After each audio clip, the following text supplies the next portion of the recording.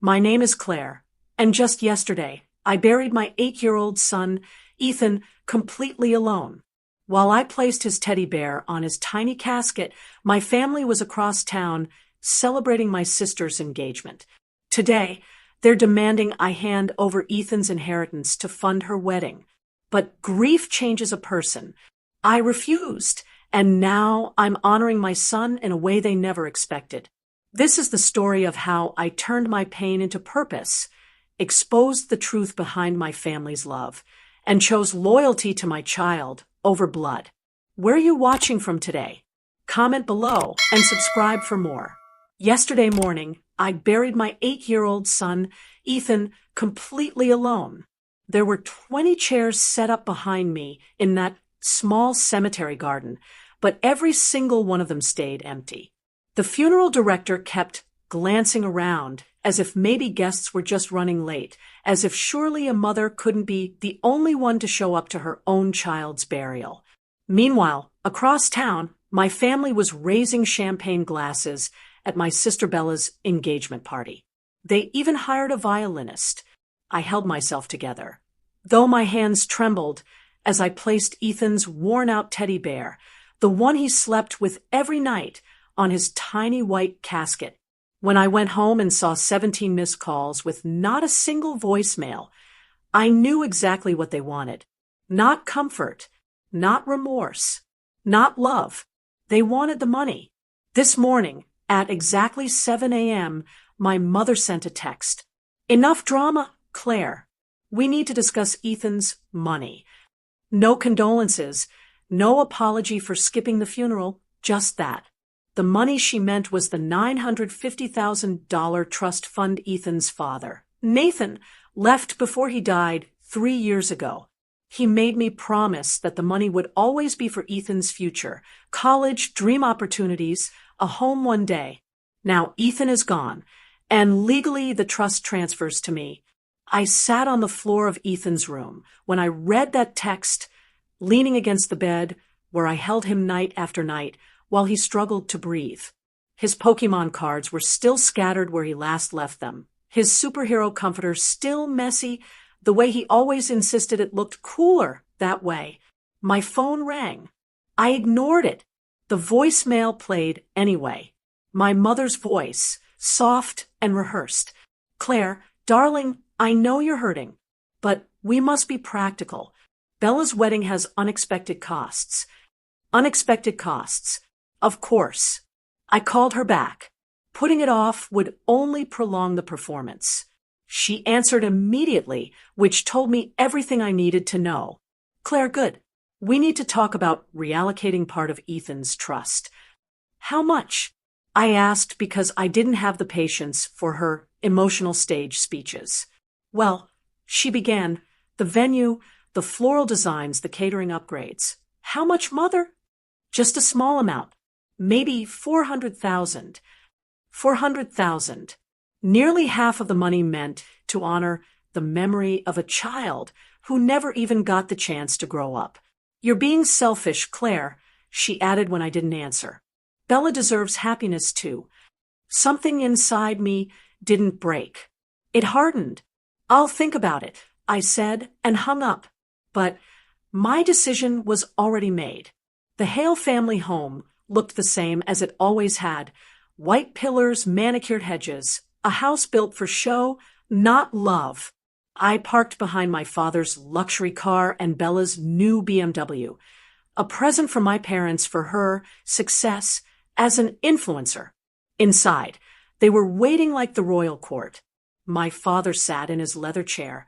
My mother perched elegantly, Bella draped dramatically on the love seat in a dress that probably cost more than my monthly salary. Her fiancé James sat beside her, staring at the floor like he hoped it would swallow him. I stayed standing. "Claire," my mother chirped. "James made fresh coffee." I didn't respond. My father folded his hands. "This is about responsibility. That much money requires careful decisions." Bella chimed in. "It's not practical to let it just sit there. You could waste it, lose it to taxes, bad investments." I stared at her. The same sister who visited my dying son once. Once. My mother continued. It would be an investment in family unity.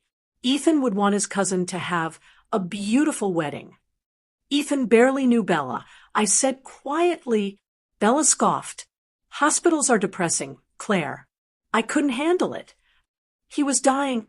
I replied. Everything was depressing. Silence.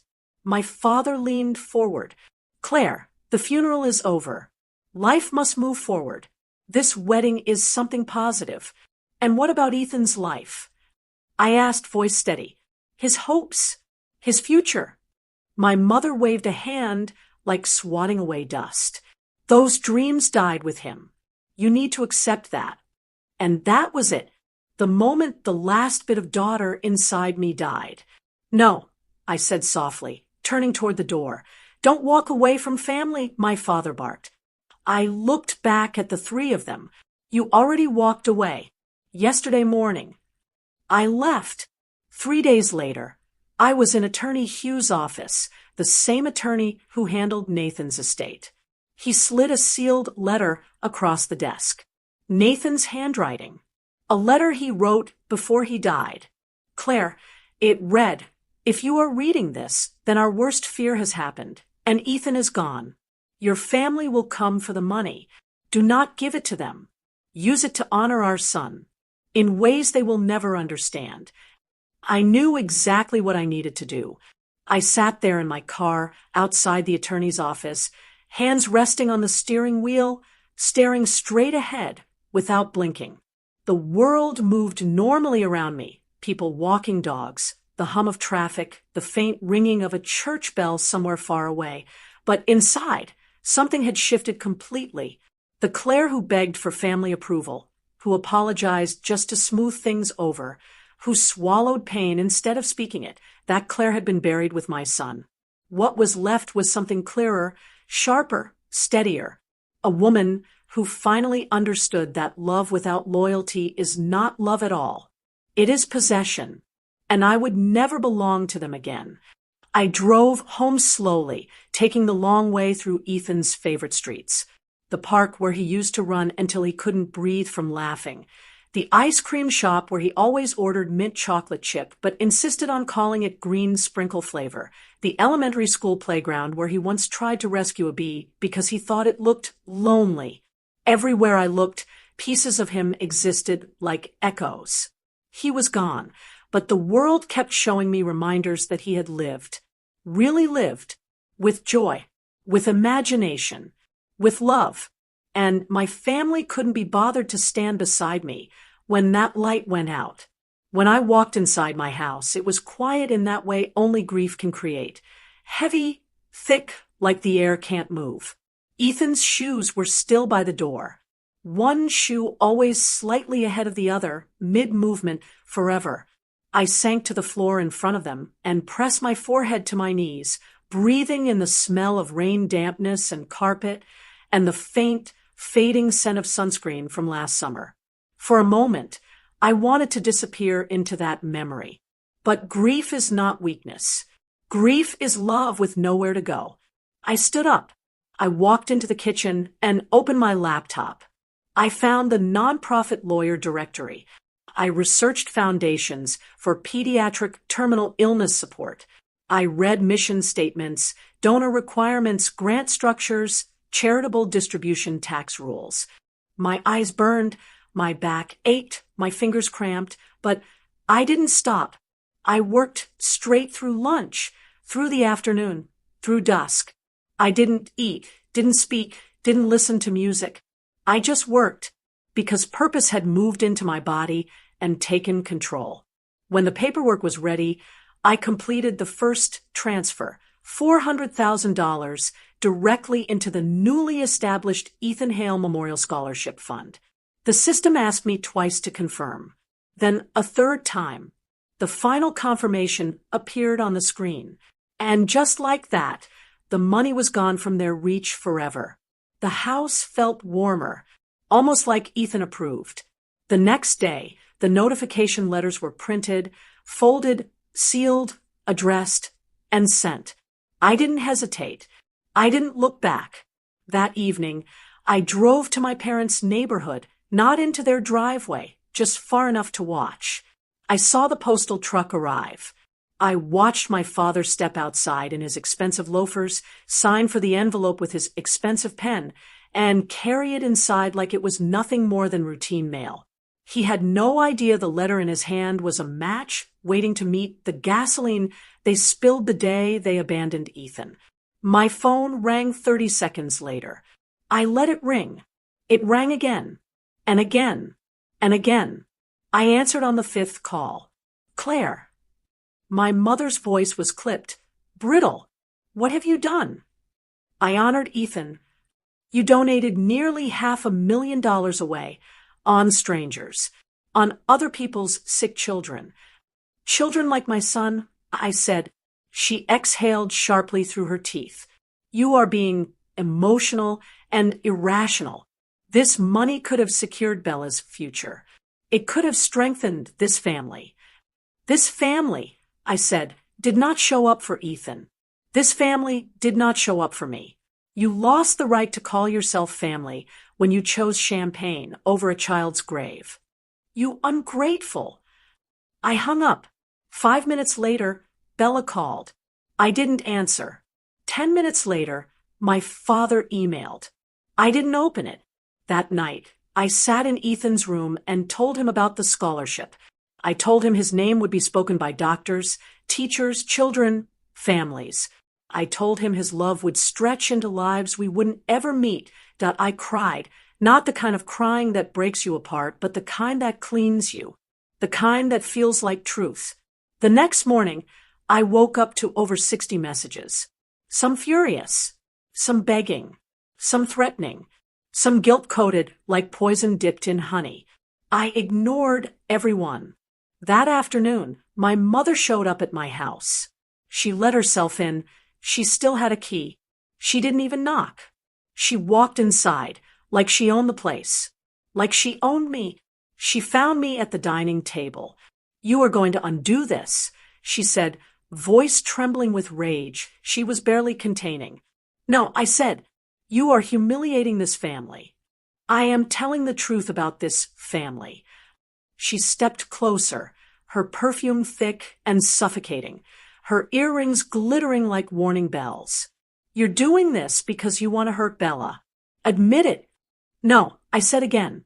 I'm doing this because I loved my son more than you ever understood. She opened her mouth to argue, to attack, to control, but I stood up and pointed to the door. Get out. Her face cracked, not in sadness, but in disbelief. She had never been dismissed before. Not by my father. Not by Bella. Not by anyone. Certainly not by me. You will regret this, she hissed. No, I said calmly. You will. She left. I locked the door behind her and slid the deadbolt into place slowly, deliberately. The sound felt like reclaiming my entire life. But the story didn't end there. Not even close. Because when someone like my mother loses control, she doesn't accept defeat. She goes to war. And I was ready for her. When you're ready, say, the day after my mother walked out of my house, the air shifted. Not physically. No storm, no cold front, no weather change, but emotionally. The house felt different now, like something poisonous had finally been forced to leave. I woke up early, the light just beginning to soften the room through the curtains, and for the first time in a long time, I didn't feel like I was drowning. I made coffee and sat at the table, listening to the silence. Not the heavy silence of grief, but the quiet of someone who has made a decision and is not going back. The decision wasn't just about the money. It was about Ethan, about me, about the version of myself I was done apologizing for. My phone buzzed. I let it ring. It buzzed again. Then again. I turned it face down. By noon, I knew what would come next, the Hale family intervention. My mother would gather reinforcements. Aunts, cousins, anyone with the emotional weight to attempt pressure. The Hales had always been a family of image over intimacy. Their love was conditionally awarded and revoked quickly if behavior did not match expectation. But I had finally learned something they never expected. I did not need their love to survive. Late that afternoon, I received the first wave of messages. Claire, your mother is distraught. This scholarship was cruel. Call her. You could have handled this privately. This isn't how a family behaves. But the one that made my blood cool completely was, they're saying you used Ethan's death to get attention. From Bella's cousin. Attention. Attention. I had buried my son alone. Alone. Without the comfort of the people who now believed I was weaponizing grief for attention. It was astonishing the way guilt transformed into clarity. Some people do not deserve access to your heart. Some people never did. I didn't reply. I didn't need to. On the third day, my father knocked. Unlike my mother, he did not barge in. He waited on the porch. He had shaved. He wore a dark suit. His professional problem-solving look, the one he used when negotiating contracts, property acquisitions, and reputational containment. He was not here to comfort. He was here to control. I opened the door, but did not step back to let him in.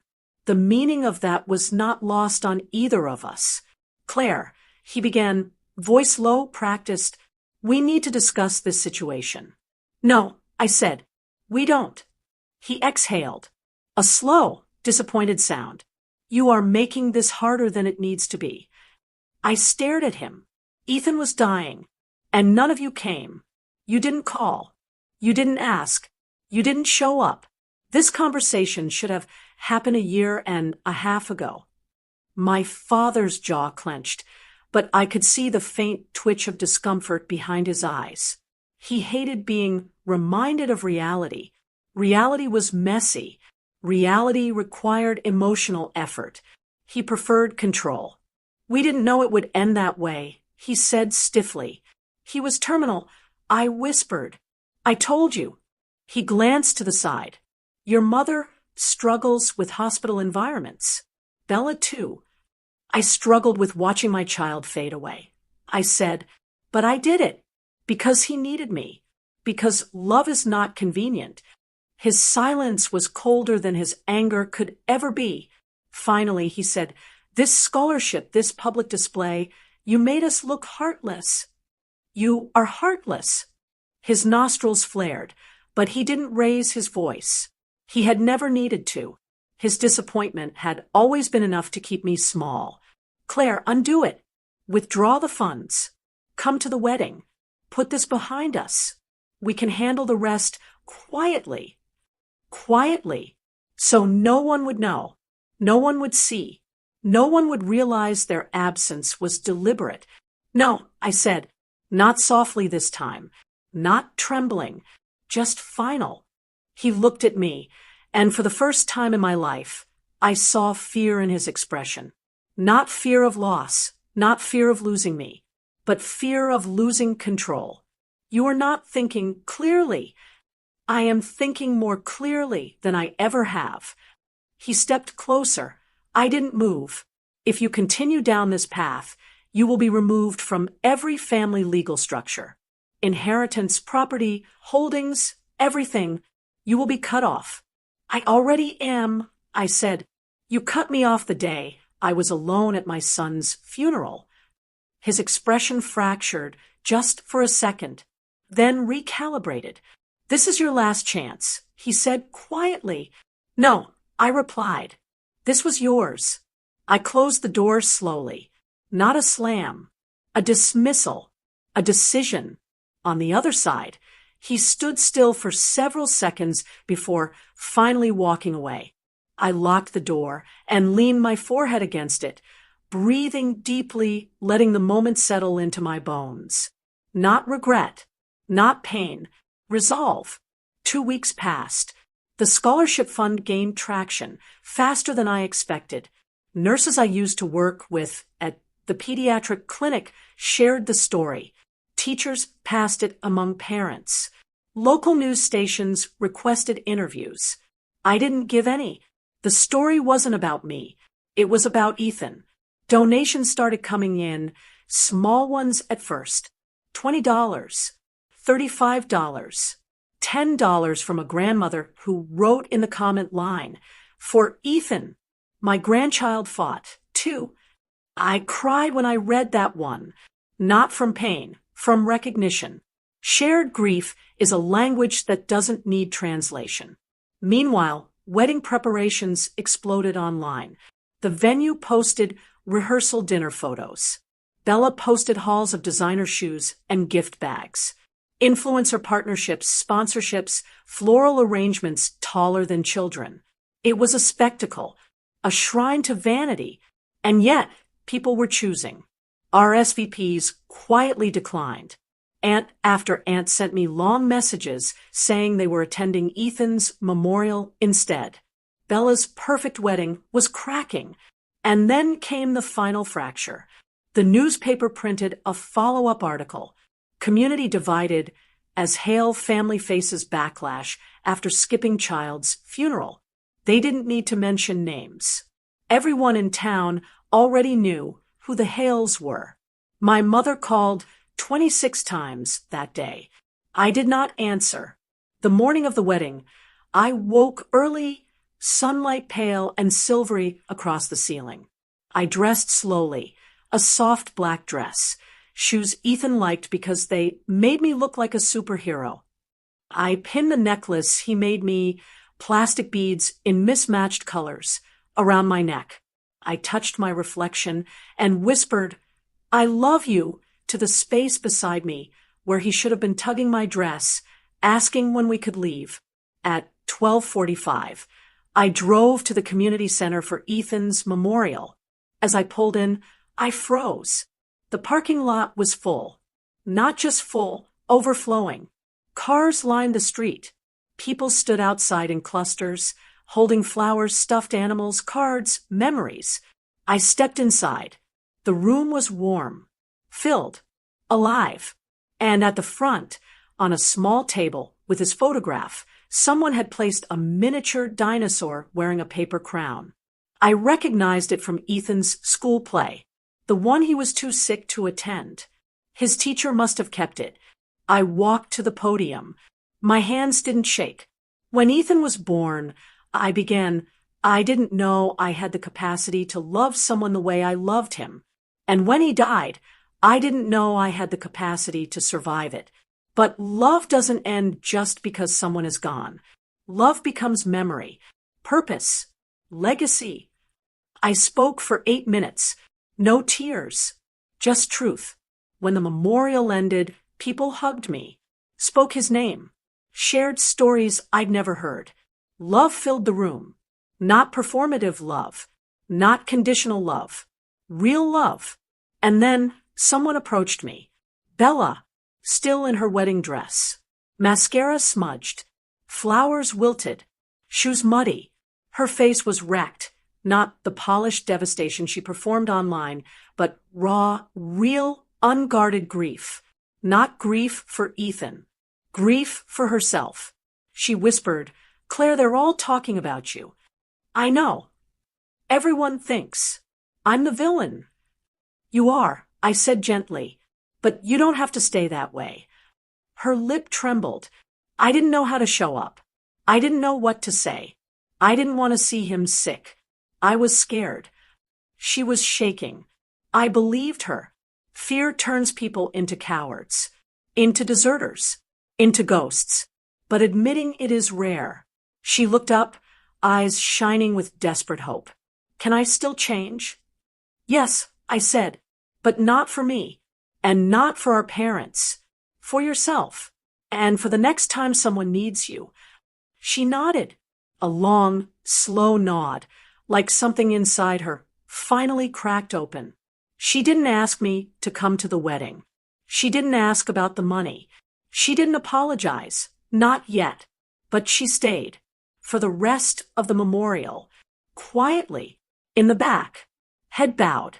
And for the first time since Ethan died, I felt something I hadn't felt in months. Not forgiveness, Not healing, just possibility. After the memorial, I walked outside into the soft afternoon light. The rain had stopped. The air was warm. And for the briefest moment, I felt my son in the sun on my face. Not as a memory, as presence. I closed my eyes. I did right by you, I whispered. And in the silence that followed, I heard the closest thing to an answer. Yes. I walked to my car. I drove home. And I didn't look back, because the future was finally mine to choose. When I got home after the memorial, the house felt different again, but not in the cold, hollow way it had after Ethan died. It felt full, like the air remembered the voices, the stories, the warmth of people who spoke his name with love. I set the memorial flowers on the table, carefully unwrapped the small dinosaur toy a child had left, and placed it beside Ethan's photo. The sight of it made my throat tighten, but not from pain this time. From honor. I moved slowly through the living room, picking up a blanket, smoothing a cushion, opening a window to let in fresh air. I didn't know what I expected to happen next. Maybe I expected the phone to ring. Maybe I expected the familiar dread to return. But the world felt open instead, as if something that had been pressing down on me for years finally lifted. The doorbell rang once. Not the frantic, relentless knocking of my mother. Just one ring. I walked to the door and opened it.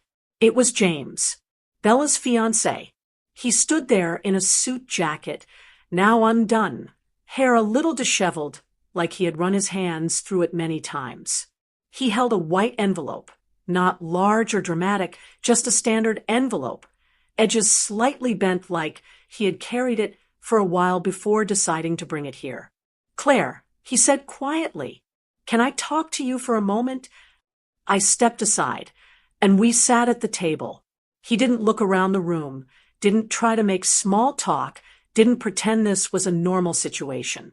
He simply set the envelope in front of me and folded his hands. "I'm not here to ask you to change anything," he said. "I just wanted to give you this. I should have given it to you 3 weeks ago." I opened the envelope. Inside was a small drawing, Ethan's drawing. A stick figure family, me, Ethan, and a small orange cat we used to feed in the backyard. I remembered when he made it. It was during a visit to Bella's house, before she began pulling away, when James sat with him at the dining table and drew with him for an hour while Bella was posting outfits in the next room. He gave that to me. James said, voice steady but soft. He asked me to keep it safe.